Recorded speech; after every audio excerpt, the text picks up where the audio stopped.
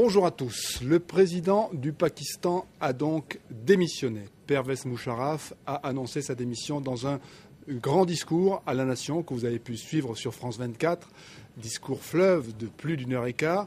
Démission annoncée après 9 ans au pouvoir à la tête de ce pays qui est un des pays les plus sensibles de la planète. Démission annoncée après 6 mois de bras de fer avec la coalition des adversaires politiques et des adversaires personnels de Pervez Musharraf qui avait gagné les élections en février dernier. Que signifie cette démission de Musharraf pour le Pakistan, pour la région, pour le monde? Rappelons que le Pakistan est une puissance nucléaire de 170 millions d'habitants. Je reçois Atiq Ur-Rehman.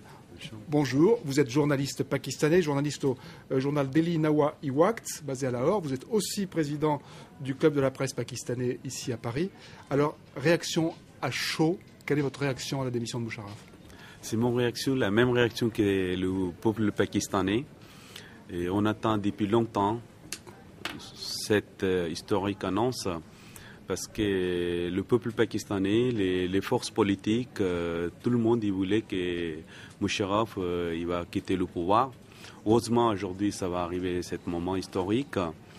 Et parce qu'à cause de Musharraf, on a perdu beaucoup de choses par rapport au pays, par rapport au peuple, par rapport à notre honneur dans le monde entier. On a perdu beaucoup de soldats dans le guerre de les autres, juste pour le pouvoir de Musharraf. Quand vous dites la guerre des autres, vous voulez dire la guerre des Américains? Voilà.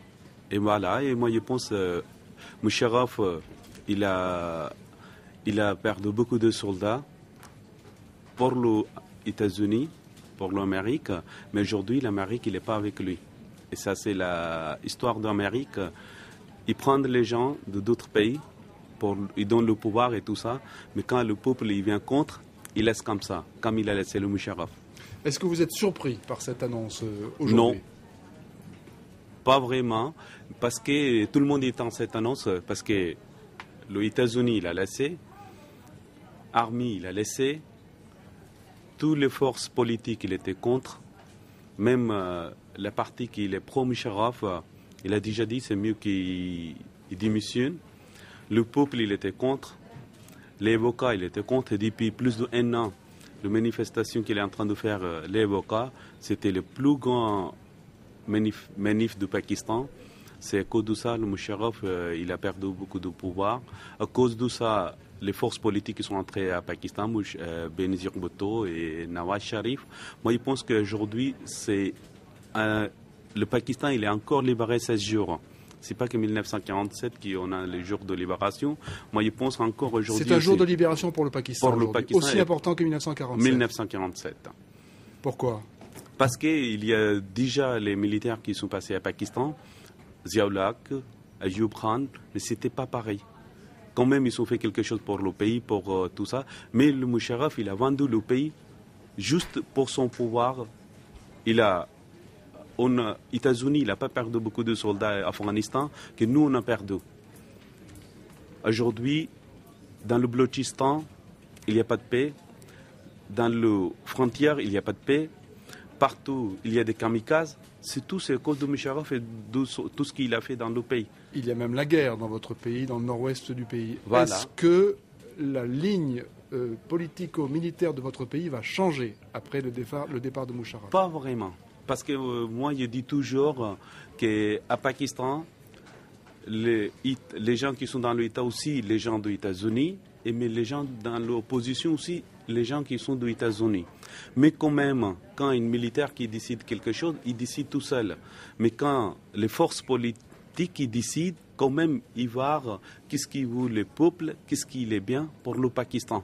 Mais quand c'est un dictateur qui vient, il décide tout seul. Il ne demande même pas avec ses amis, avec ses collections, avec l'armée, rien. Il décide tout seul, il décide juste pour garder son pouvoir. Tout ce qu'il a fait pendant 9 ans, Musharraf. Il est rare que les dictateurs démissionnent de leur propre gré. Bon, là, on peut dire qu'il était forcé. Qui est-ce qui va diriger le Pakistan maintenant? Est-ce que c'est Nawaz Sharif? Ça, c'est la question le plus important après le départ de Musharraf. Parce que tout ce qu'on est en train d'attendre, que peut-être le sort M. Zardari qui vient comme président, ou peut-être M. Nawaz Sharif aussi, il vient le président, mais ça c'est une question très très importante. Vous citez les noms des deux principaux partis de la coalition. Est-ce que ces deux partis ne vont pas se disputer? Est-ce que ce qui les unissait finalement, ce n'était pas seulement l'opposition à Musharraf? Mais moi je ne pense pas.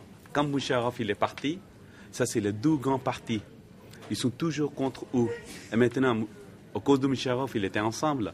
Mais quand Musharraf il est parti, moi, je ne pense pas que la coalition, ça va garder encore beaucoup de temps. Parce que la prochaine élection, ça sera contre les deux. L'un contre l'autre. Contre l'autre. Parce que s'ils gardent ensemble, il va faire l'élection contre qui?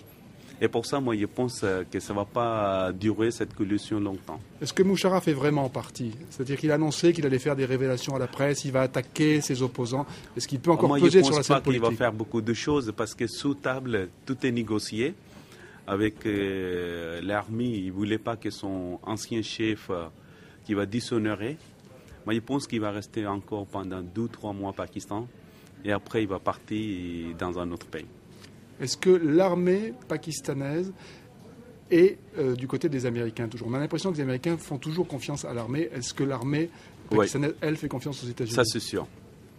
Parce que le chef de l'armée, il ne va pas venir, si les États-Unis ne voulaient pas cette personne, il ne va jamais venir le chef de notre armée.